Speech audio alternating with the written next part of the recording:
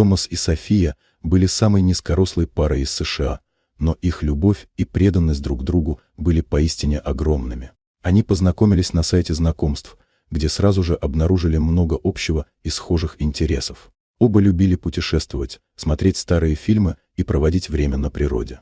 Их переписка длилась 2 месяца, полных смеха и откровений, прежде чем они решились на первое свидание. Когда они встретились в уютном кафе, атмосфера была наполнена ожиданием и волнением. Они быстро нашли общий язык, и время пролетело незаметно. Вскоре они поняли, что не могут жить друг без друга. Их отношения развивались стремительно, и вскоре Томас сделал Софии предложение.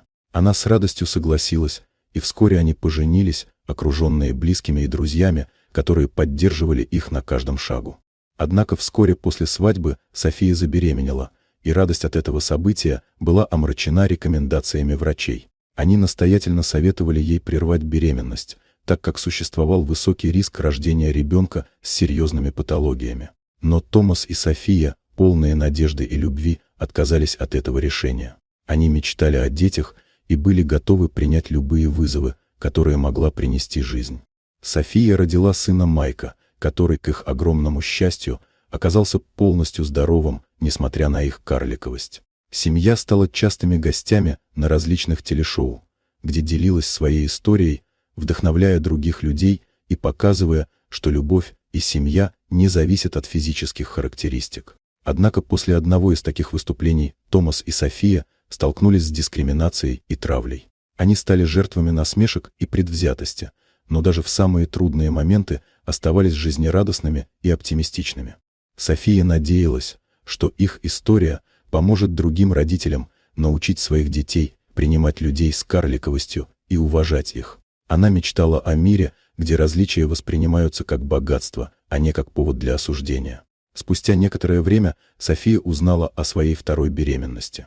Снова они столкнулись с теми же опасениями, но, как и прежде, решили оставить ребенка. На свет появилась девочка по имени Хлоя, которая, к сожалению, родилась с респираторными заболеваниями и унаследовала от родителей гены карликовости. Несмотря на все трудности, семья оставалась счастливой и сплоченной, принимая всех своих детей такими, какие они есть. Томас и София продолжали бороться за права людей с карликовостью, активно участвуя в различных мероприятиях и инициативах. София также завела аккаунт в социальной сети, где делилась семейным контентом и проблемами, с которыми они сталкивались на протяжении жизни. Она публиковала вдохновляющие истории, советы и моменты из повседневной жизни, показывая, что счастье возможно, несмотря на трудности. Их история стала символом надежды для многих, и они продолжали вдохновлять людей на принятие и любовь, независимо от различий.